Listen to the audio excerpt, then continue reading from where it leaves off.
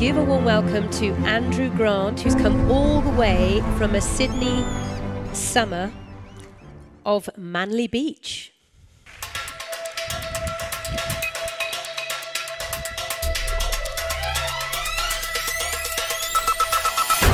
Thank you. It's hard to imagine that yesterday I was in 35 degrees heat, swimming at Manly Beach, and then today I go for a walk and there's ice all over the lagoon or your harbour.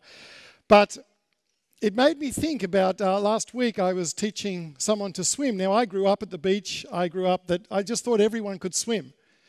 And I was teaching someone to swim and I said, look, we're going to come in here, we're going to come over and maybe look at your hand style and get the technique working right. And I got him in the water and I said, right, let's have a look at your technique. And he starts swimming. He couldn't even put his head in the water. Now, I find that rather amusing. You may not, because I don't know how much you swim. But growing up at the beach, I could swim before I could walk. And he was a guy that I thought I could teach to swim, but I couldn't even get his head under the water. So we threw the whole lesson out the window in terms of using your hands and kicking with your feet, and we blew bubbles for half an hour, 25-year-old. Just put your face in the water, just blow bubbles. And, all this talk about digital, and last year it was about innovation, and a couple of years ago we were talking about creative thinking. The words keep changing. But I just want to back up a little bit and realize that until I could get this person comfortable to put his head in the water, I had no chance of teaching him to swim. So before we race and throw the creativity side out and jump into, yes, let's find all the great tools that you've heard today, let's just think about from a personal perspective, until we are comfortable with creative thinking, embracing all the tools around it, including the new digital ones and what you're going to hear from the next session, will not be as effective. Now, that's a personal perspective. From a company perspective, we have worked with, as was mentioned, some very large companies. And one company we worked with, a bank in Singapore, I won't say who it was, they asked us to come and do a design thinking session for them, and I thought we were just going to teach them 2 days. Then we were told that they're going to have to pitch that back to the CEO and a CEO team. The problem is the CEO team was never briefed on what design thinking was. The participants were never chosen. We didn't know who they were. As a matter of fact, I found out from someone later on that if the participants volunteered to go, their boss would say, well, obviously you're not working hard enough if you can take a couple of days off to do this.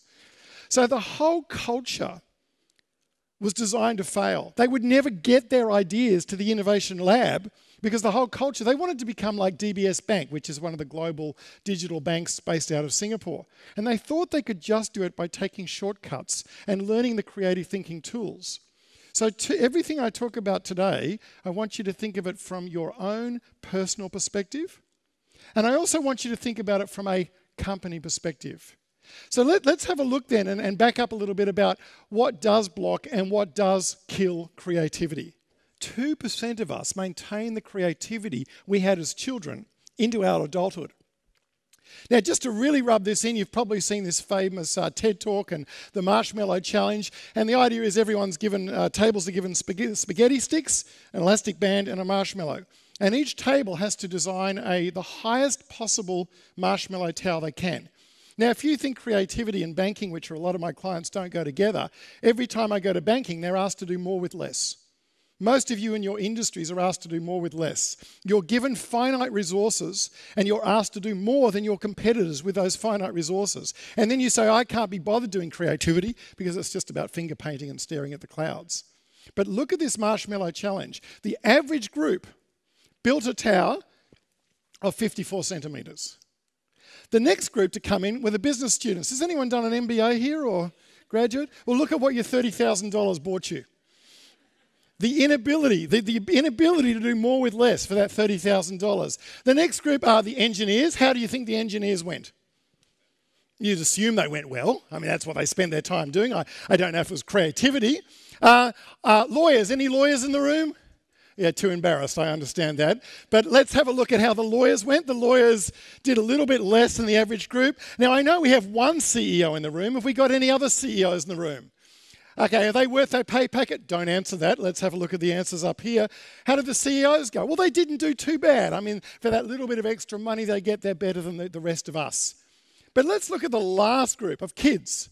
How well did the children go? Better than every other group except the engineers. More with less. Look at the difference between the first three. It's almost 100% different with finite resources. That is what creativity is about. And in this short session, I'm not going to have time to answer it, but I want to pose the question to you, how did the kids do so well?